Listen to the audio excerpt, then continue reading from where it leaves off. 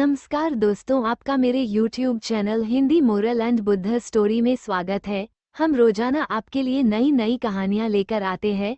आपको हमारी कहानियाँ पसंद आए तो हमारे चैनल को सब्सक्राइब कीजिए और वीडियो को लाइक और शेयर कीजिए। तो आइए शुरू करते हैं आज की कहानी। गर्मी की मार। साल का सबसे तपता महीना था मई। सूरज जैसे आग बरसा रहा था। हवा भी गर्म तवे से उठती भाप जैसी लग रही थी। गांव हो या शहर, हर कोई गर्मी से बेहाल था। छोटे से गांव नंदपुर में बूढ़े किसान रामनाथ भी अपने खपरेल के घर में पंखा झलते बैठे थे। उनके माथे पर पसीना बह रहा था और सामने रखी मिट्टी की सुराही से पानी पीते पीते भी उनकी प्यास बुझ नहीं रही थी।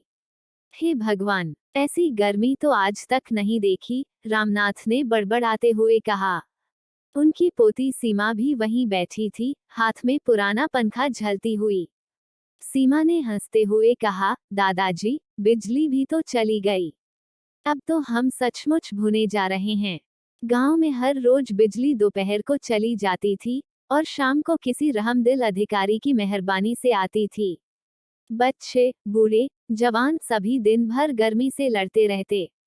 रामनाथ को याद आया कि खेत के किनारे पुराना बड़ का पेड़ है, जिसकी घनी छांव में कभी वो बचपन में खेला करते थे। अचानक उन्होंने उठते हुए कहा, चल सीमा, वहां चलते हैं।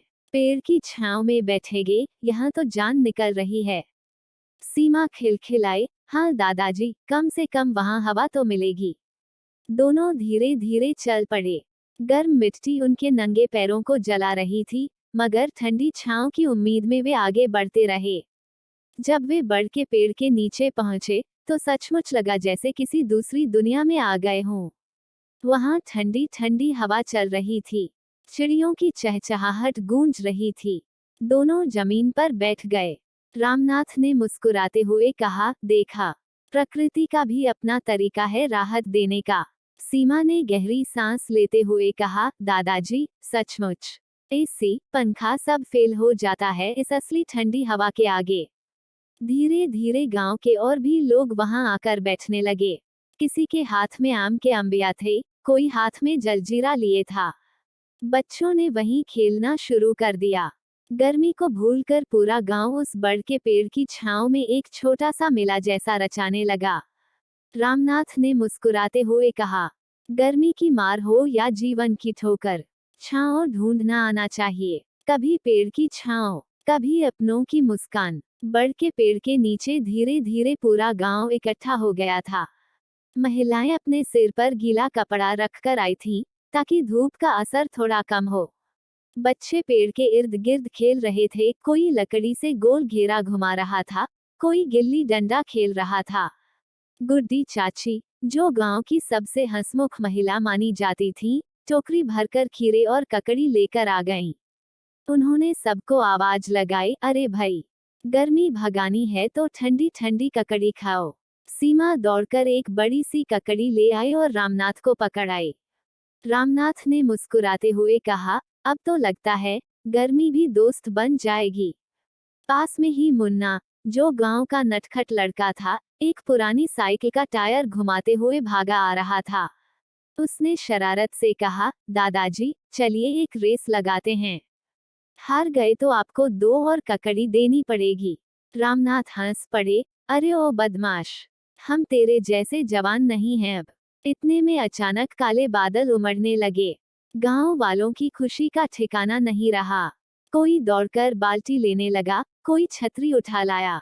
पहली बूंदें गिरते ही बच्चे उछलने लगे, मटमैली मिट्टी की खुशबू हवा में फैल गई। सीमा ने आकाश की तरफ देखते हुए कहा, दादाजी, बारिश आ गई, बारिश आ गई। रामनाथ ने आंखें बंद कर ली और हल्की बारिश की फुहारें अपने चेहरे पर महसूस करने लगे। गर्मी की सारा गुस्सा जैसे पानी में घुलकर बह गया हो। ये देखो, भगवान का करिश्मा, रामनाथ बोले। जो गर्मी ने छीन लिया था, वो बारिश ने पल भर में लौटा दिया। बारिश ने गांव को जीते जी फिर से जिंदा कर दिया था। कच्ची गलियां धुल गई थीं, पेड़ पौधे नहाकर चमकने लगे थे और खेतों में मिट्टी से भरी भीनी भीनी महक उठ रही थी। गांव के प्रधान जी भी आ गए और बोले, भाइयों बहनों, क्यों ना हम आज शाम यहीं पेड़ के नीचे भजन कीर्तन करें। भगवान का धन्यवाद भी हो जाएगा और मजा भी आएगा। सभी ने एक स्वर में हामी भर दी।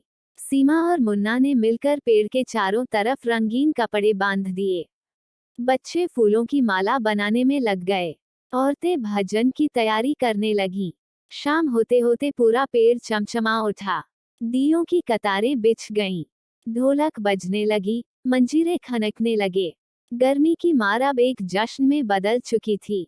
रामनाथ ने हंसते हुए कहा, जो तकलीफ के समय हिम्मत रखता है, वो खुशी के समय सबसे ज्यादा मुस्कुराता है।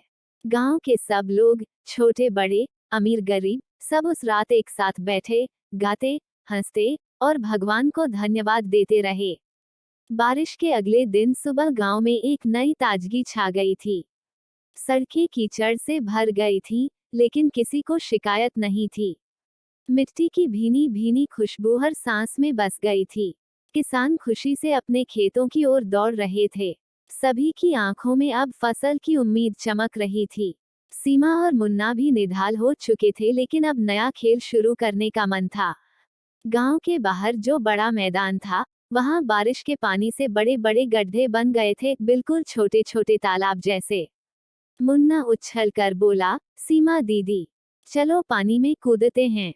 सीमा पहले तो नाक सिकोड़ते हुए बोली, नहीं, मम्मी डांटेगी। लेकिन जैसे ही मुन्ना की टोली ने कीचड़ में कूदकर छींटे उड़ाए, सीमा भी अपनी चप्पल उतारकर कूद पड़ी। धपाक, धप, छपाक, चारों तरफ पानी के छींटे उड़ने लगे। बच्चे मस्ती में भीगते हुए तालाब के बीच नाच रहे थे। छोटे छोटे मेढक भी टर टर कर रहे थे और बच्चे उन्हें पकड़ने के पीछे दौड़ रहे थे। गुड्डी चाची दूर से चिल्लाईं, अरे नालायको, सब मिट्टी में सने हो, घर आओ तो डंडा पड़ेगा। लेकिन बच्चों को कौन रोक सकता था। आज तो जैसे आजादी का दिन था। सीमा की दोस्त पिंकी ने अचानक कहा, चलो मिट्टी के घर बनाते हैं। बस फिर क्या था, सब ने मिलकर गीली मिट्टी से छोटे छोटे घर, किले और पुल बनाना शुरू कर दिया। रामनाथ वहीं पेड़ के नीचे बैठे मुस्कुरा रहे थे। उन्हें देखकर बचपन के दिन याद आ रहे थे, जब वो भी बारिश के पानी में इसी तरह नंगे पांव दौड़ते थे, मिट्टी में खेलते थे और सिर पर डांट खाते थे। तभी मुन्ना भागते हुए आया और बोला, दादाजी, आप भी चलिए न, देखो कितना मजा आ रहा है। रामनाथ हंसते हुए बोले, अरे बेटा, अब हमारी उम्र बीत गई मिट्टी में लौटने की। लेकिन बच्चों का हौसला कम नहीं हुआ। दोनों ने मिलकर रामनाथ जी के ऊपर थोड़ा सा कीचड़ उछाल दिया। अरे रे, बदमाश, रामनाथ ने मजाक में चिल्लाते हुए बच्चों के पीछे दौड़ लगा दी। गांव में ठहाकों की गूंज फैल गई। शाम को जब सब थककर घर लौटे, तो माँ ने सबको खूब डांटा। कहाँ कहाँ मिट्टी में लौट आए हो, अब सारे कपड़े धोने पड़ेंगे। लेकिन सबके चेहरों पर वही मुस्कान थी, असली, बेफिक्री वाली मुस्कान। गर्मी की वो भयानक मार अब एक मीठी याद में बदल चुकी थी। एक ऐसा दिन जिसे बच्चे सालों तक याद करने वाले थे। रामनाथ रात को आंगन में चारपाई पर लेटे हुए बोले, गर्मी आई तपाई, हर एक को तड़पाए, पर मिलकर, हंसकर, खेलकर हमने उसे हराया। आसमान में चमकते तारों को देखकर, हवा में घुलती मिट्टी की खुशबू को महसूस करते हुए पूरा गांव गहरी नींद में खो गया।